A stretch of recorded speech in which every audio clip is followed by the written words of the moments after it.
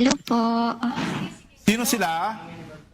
Bali ako po kasi yung ginamit ni Mr. Mark Anthony Amoroso as maging mode of payment po niya, naging assistant po niya ako. Oo. So kilala niya ng personal? Bali nakasama ko po siya sa Cebu dahil pinapunta po niya ako doon para i-manage po yung office na pinatayo niya, and ako kasama rin po niya ako na mag-ayos po ng mga products. Bali, ako po yung naging mode of payment noon. Pero parang naging front po, and then yung pera po na sinesend sa akin is directly sinesend ko rin po sa So, kanya. ma'am, gusto ko lang linawin, Yes, ano? po. Ang mga deposito, yung mga pera ng mga naging biktima, ay dumadaan Yes, po. sa inyo o dinideposito sa yung account? Yes po, sa akin po. And then directly sinesend ko rin po sa kanya. And yung last pay-in po Nagre-reklamo kasi... ka rin po ba, ma'am, laban dito kay Mr. Amoroso? Yes po. Kasi po ako po yung hinahabol ng ibang Ay, investors. totoo Kasi yun. nga Pwede po, kang isama sa kaso, ma'am, no?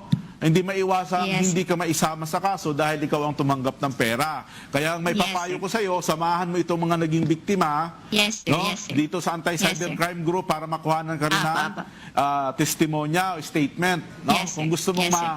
kung gusto mong Paabsuelto. maabsuelto, no? At para malaman na rin ng katotohanan kung talagang wala kang kinalaman dito sa Yes, sir. scam na ito. Ano ho, ma'am? Tanong din natin Yes, sa kanya kung magkano Sir, yung pwede total na dumaan sa kanya. No? Oh, sige, sir. Ayun, ma'am, magkano yung total na dumaan sa iyong pera? Sir, nasa 1M po, marami po kasi kami. Sir, bali, ano rin po nagtiwala lang din po ako. And then,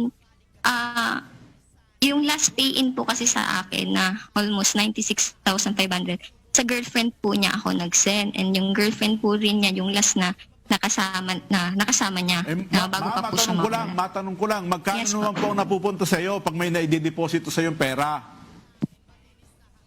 Wala. 5% po kapag may invite ka, sir eh. Hindi, yung mga dumadaan sa iyong Kapag account. i-invite mo po directly, sir. Percent ang napupunta Wala. sa'yo? Wala, Alin ma'am. po, sir? Hindi, yung sa, ano yung sinasabi mo na percentage Hindi pag po. na-invite?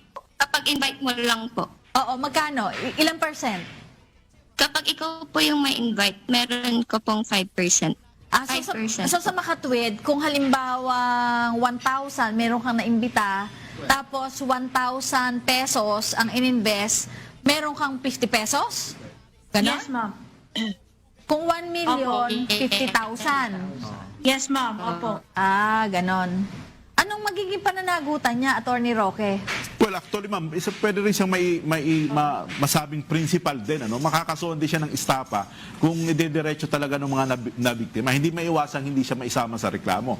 Pero kung willing siya makipagtulungan, ay baka pwedeng ma-absuelto siya, no? Mawala siya sa kaso, pero napakalaki ng kanyang partisipasyon para dito sa reklamo. Kasi sa kanya inihuhulog yung pera. Yes, Kumbaga, siya tumatanggap ng Yes, pera eh. yes. Siya ang katransaksyon, Yes, kung ma'am. tutuusin, Kaya di ba? napakalaki ng kanyang partisipasyon doon sa krimen na Oo, nangyari. nakikinabang Sabi, Oo. wise din tong si Loco, no? Gumamit wala siyang ng pangalan. front, no? Ma'am, baka alam mo kung nasaan si Mr. Amoroso. Nasa Cebu. Teka muna, si Isabel. Yes, ma'am. Sino nga itong kausap namin? Bakit naman so parang lumalabas Sir, pala. Oo, Isabel. Sir. Lumalabas Yes, ma'am. pala na ang katransaksyon mo ay itong kasama mo ngayon. Meron ka bang idiniretsyong pera kay Mr. Amoroso? Meron, ma'am.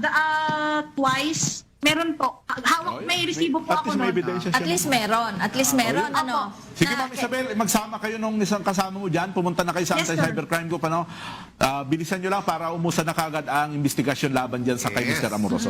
Thank you, sir. Willing siya makipag-video call para, yun nga, kasi ayaw niya daw po kasi hate niya daw po kasi yung mga scammer. So talagang, Wow. sabi niya, mag-video call tayo, ganyan. Oh. Talaga magnanakaw, galit sa kapwa magnanakaw, ano?